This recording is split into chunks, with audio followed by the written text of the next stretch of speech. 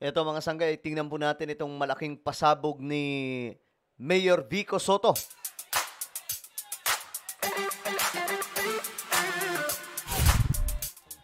Okay, alamin po natin mga sangkay kasi ito ay pakalat-kalat ngayon sa actually kahit sa balita mga sangkay lumalabas po talaga ito. Itong patungkol po dito sa mga nai-involve dito sa mga flood control at iba pang mga proyekto mga sangkay ng ating pamahalaan. At tingnan po natin itong nilabas ni Mayor Vico Soto na impormasyon na ngayon ay usap-usapan po sa social media. Bago tayo magtuloy-tuloy, paki-subscribe po muna yung ating YouTube channel. Ayan po, tayo ay 1.55 million subscribers na sa mga hindi pa po dyan nakakapag-subscribe. Ayan po, tayo ay parami ng parami. Kaya naman, makikita nyo po yung subscribe button sa baba ng video na to. I-click nyo lamang po yung subscribe, i-click ang bell, at i-click nyo po yung all. Sa mga nanonood po sa Facebook, i-follow nyo po yung ating Facebook page. Okay guys. Eto ngayon, mga sangkay, alamin po natin itong balita, no? Ngayon kasi, eto, pakalat-kalat kasi itong mga sangkay ngayon. Ayon po dito, Mayor Vico, binulgar daw ang korupsyon ni Sara Diskaya na kontraktor ng Duterte administration. Na siyang kontraktor din po sa panahon ngayon ni PBBM. Pero ang nakapagtataka kasi dito, papaanong nakakalusot ito? Kung mayroon na palang problema noon pa. Kasi ayon po sa malibalita mga sangkay, itong mga diskaya ay mayroon na rin palang problema noon pa. Pero bakit nanatili pa rin sila dyan? Kaya siguro, parang totoo po, no?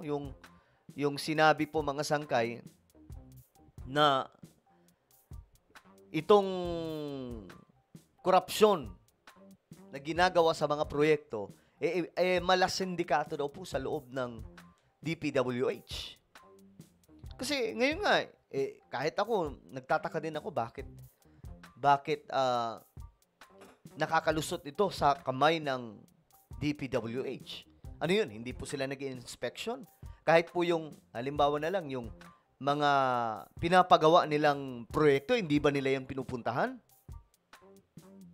So marami po talagang involved dito. Pero malinaw mga sangkay, ayan nga po, si Mayor Vico Soto ay nag-reveal. Ito ang sabi niya, Dear Pasigueños, ito pinag-usapan na po natin. This morning, PBBM presented the top 15 DPWH contractors for flood control projects. You may have noticed that Alpha and Omega is top 2 and St. Timothy is top 3. These companies along with others including St. Gerard. Ayan po mga sangkay, makikita po ninyo dito, panahon po ni PRRD. Ayan po. Nasa ano siya mga sangkay, oh? Top 1. Grabe. Ayan o mga sangkay. Top 2 yung Ulticon Builders Incorporated. Ito, St. Gerard, oh. Kanila to mga sangkay. Panahon po ito nila PRRD, oh. 12.3 billion. Grabe. Top 1 po, oh. Ayan, oh. Over 2,200 contractors participated in the bidding process. The following got the biggest amounts of contracts. Ito po nung panahon po ito, top 10 contractors po ito under Duterte. Ayan mga sangkay. Pambihira. Ganyan po kalupit, mga sangkay. So, ngayon tuloy, ang lumalabas, ito, kilala naman po natin si Mayor Vico Soto. Wala po itong kulay. Wala po itong kulay. Kung ano ang kanyang bulgar, ibubulgar niya yan. Ayan o, binulgar niya mga sangkay yung including St. Gerard, which is, ito din po ay isang kumpanya, kontratista mula po sa mga diskaya. So, ganyan po kalala, mga sangkay, no? So, noon pa pala ito. 'Di ba? Noon pa pala ito, mga sangkay, na nandyan sila. So, ang ibig sabihin nito, ito lang, ang ibig sabihin nito, kailangan ni PBBM tingnan yung mga nauna pang mga proyekto. Kailangan nilang tingnan yun.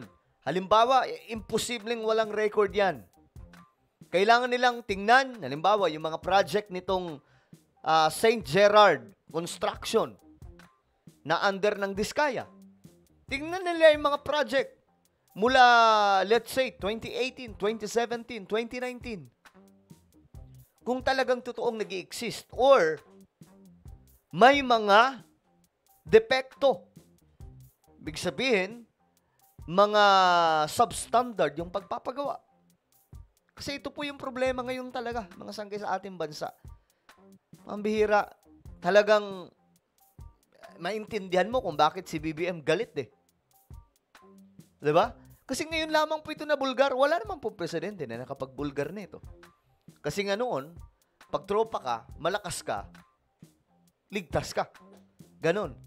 Eh ngayon si BBM, hindi po yan kayang bayaran ng kahit limpak-limpak na salapi. Ilang bilyon, hindi po nila kayang takpan ang kamay niyan. Talagang ididiin ka kapag kasamay sabit ka. Ang bihira. Sabi naman nag-comment dito, syempre alam na kung sino ang mga nasa likod niyan. Hindi ko alam kung may alam dito si PRRD, no? Nung time na yon. Pero makikita din po natin, mga sangkay, ang kakulangan ni Tatay Digong sa aksyon tungkol po sa mga project noon. Kaya nga po ito pagpasok po ni PBBM, ito ang nakita niya. Yung mga project ni Tatay Digong, may mga problema sa sistema, sa loan, sa right of way, mga investor, lahat ng yan, mga sangkay, inayos pa ni PBBM bago mag-proceed. Ganyan po katindi ang ginawa ni Pangulong Bongbong Marcos. So talagang may mga sangkay, kumbaga by depekto sa leadership nung una. Kaya ngayon, mga sangkay, si BBM binisto, hindi po natakot, biruin nyo. Mismo doon, mga sangkay, sa SONA nag-umpisa, di ba? Sa SONA, yung panghuli na part, doon ang banat. At ngayon, mga sangkay, sabi pa nga po sa balita, pinaplano daw na kasuhan ng economic sabotage itong mga contractors. So, sa mga contractor dito, dapat idamay na rin po nila yung mga kongresista, mga senador, o kahit pa mayor na involved. Diba? Lalong-lalo na po yung mga opisyal ng DPWH. Kasi mayroon po talaga. Huwag tayo magtakipan dito. Na porket kay PBB, si BBM nga, wala siyang pakialam kahit tamaan yung administrasyon niya eh. Ang importante, maisiwalat. Kasi, guys kung tutusin itong si BBM, pwede niyang itago yan eh. Diba? Pwede niyang itago yan. Pwede niyang sabihin na, okay na, yung mga flood control, ginawa na natin ng paraan. Pero hindi. Gumawa pa po siya ng website na kung saan, yun yung sumbong sa Pangulo ba yun? Na website. Doon, mga sangkay, makikita doon yung listahan ng mga flood control sa buong bansa. At pwedeng makita kung ginawa o hindi. Kasi lahat ng yung kumpleto na eh. May pangalan ng project, flood control, of course. Tapos may contractors, magkano yung ginastos, kailan natapos, nandun lahat. So, pwede nating ma-check yun. Kaya mga sangkay, grabe itong nangyayari ngayon. Buti na lang si BBM naging presidente. Kasi kung wala, yari tayong lahat, mga sangkay. Diba? Tuloy-tuloy ang matinding pandurugas sa ating mga proyekto. Diba? Pambihira. Pero, ayun na nga po, mga sangkay. Ito, pag si Vico Soto nagsalita, alam po natin yan, may katuturan yan. Kaya ngayon, gusto kong itanong sa mga DDS, sa tingin nyo ba? Sa tingin nyo ba, ligtas dito si PRRD? E papaano kung makita ni PBBM na may problema kahit sa nakarang administrasyon? Kinin nyo yung Davao ngayon. Diba doon sa Davao, kawawa yung mga kababayan po natin doon, binaba. Bakit sila binabaha? Well, tanungin niyo mga Duterte. 'Di ba? Well, ano po ang inyong opinion? Just comment down below. Meron po tayong YouTube channel. Ito po isang Revelation. Hanapin niyo po ito ngayon sa YouTube. Kapag nakita niyo na, i-click niyo po yung subscribe, i-click ang bell, at i-click niyo po yung all. Ako na po ay magpapaalam. Mag-iingat pong lahat. God bless everyone.